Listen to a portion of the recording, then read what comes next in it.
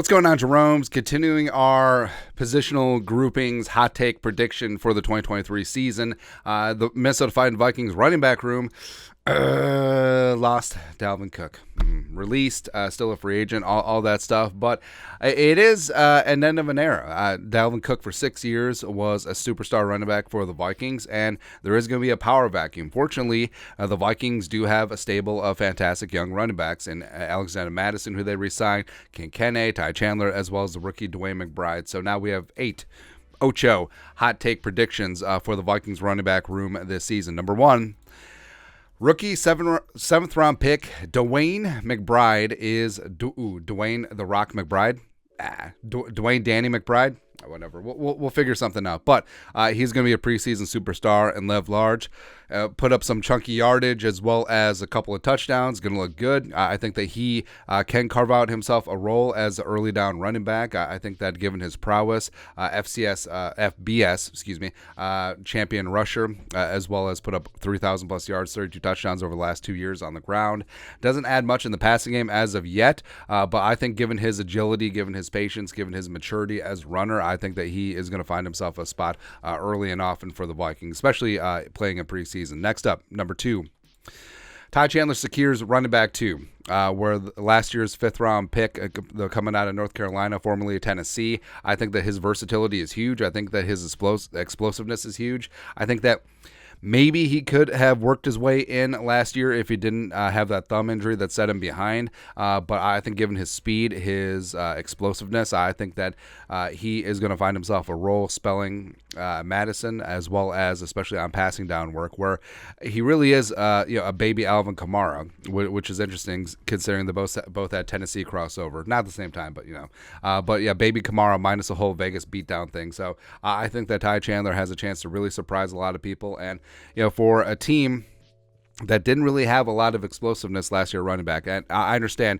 Dalvin with the 81-yarder against the Bills and the 53-yarder against the Dolphins, as well as taking that screen pass against the Colts. Fully understand that, but the Vikings running game writ large didn't have a ton of explosiveness in it last year. It just sort of is what it is. Next up, hot take prediction number 3.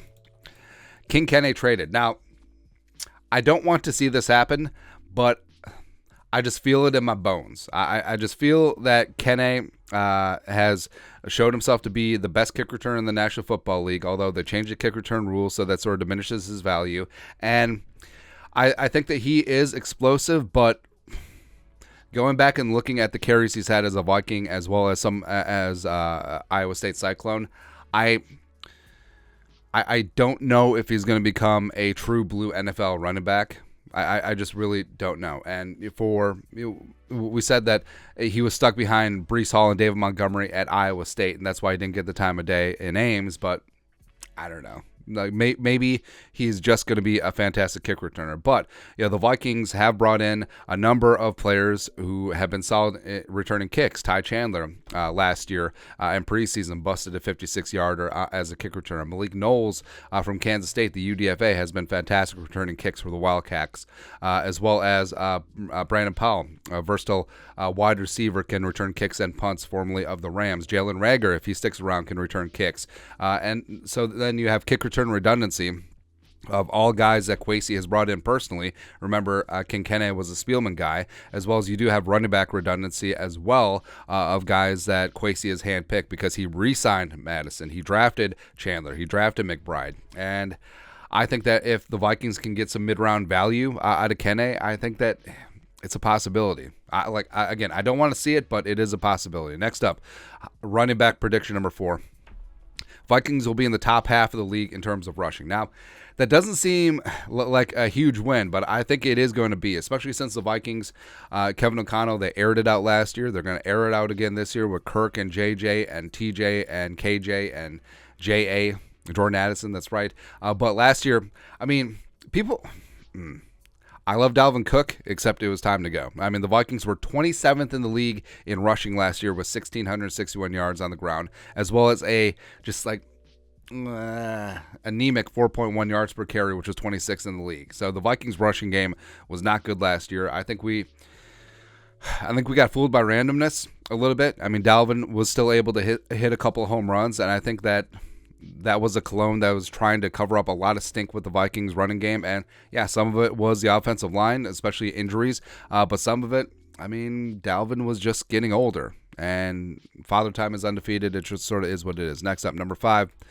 Much more efficient than in 2022. I think the Vikings will be top 10 in the league in terms of yards per carry, even with Madison with a career 4.1 yards per carry. But like we talked about, I think that Madison's career yards per carry is artificially low, given that he was primarily a short yardage and goal line guy. But I think that will certainly open up. I think that Tai Chandler getting some work will certainly help as well. Plus continuity along the offensive line. Hopefully he's going to be good to go. Plus, yeah, here's the whole thing. Like, Ed Ingram and Ezra Cleveland are perfectly solid run blocking. Pass blocking is where they had issues last year, as well as the Grim Reacher. Garrett Bradbury can be solid against the run. Pass blocking, especially in one-on-one spots, is where things get a little bit, maybe not so much. Next up, hot take prediction number 6 for the running game. Vikings use 12 personnel or a fullback on 40% of the snaps. Now, they only did this on 22% of the snaps last year. 11 personnel won the day, and the Vikings are still going to have plenty of 11 personnel. Don't get me wrong, but there's a reason why they paid $21 million for Josh Oliver, the best blocking tight end in the game. There's a reason. There's a reason. Is that you, Rona? There's a reason why they extended C.J. Ham to a very decent contract, and obviously they want to use him more on offense. So the Vikings, like, they understood in high leverage spots last year, especially on 3rd and inches, 4th and inches, they couldn't get us 1 yard.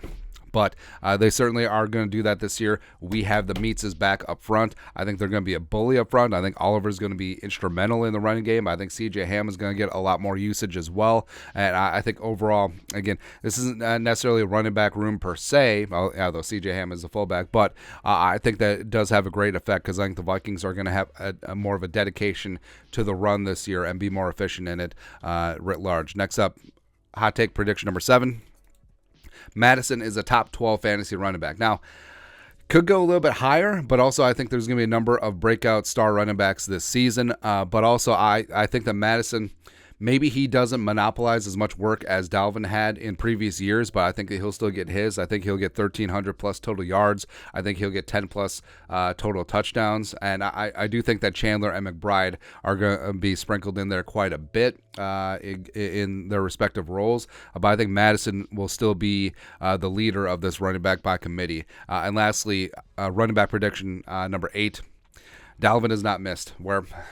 I mean, again, we had some great memories with Dalvin Cook, but in terms of what Kevin O'Connell wants to do with the run game, I think he is going to model it off of what he did with the Rams, where it really was more of a running back by committee after they moved on from Todd Gurley. And I think it will be a very similar situation where you move on from the highly paid, often injured star running back, and then you just have basically a bunch of dudes who can provide certain niche roles at that running back position, and they come together and you're more efficient as a whole. And I think that if the running game is more efficient and as well as you're able to run a little bit of power, you're able to impose your will, really sets up play action. Kirk is still one of the best play action quarterbacks in the game, and then one hand washes the other, and it opens up things more in the passing game, as well as the passing game is going to open things up for the running game since teams can't sit down in the box. So I think that it is going to be like a self-licking ice cream cone, and I think that the Vikings offense this year, everything is going to take care of itself, and it starts up front. I mean, the offensive line should be good to go. They want to play heavy. They want to run the ball when they want to, and they're just going to get after it. So overall, I'm very comfortable with the Vikings running back room, even after they got rid of Dalvin Cook. But again, we'll see what happens. But your thoughts are thoughts. 8.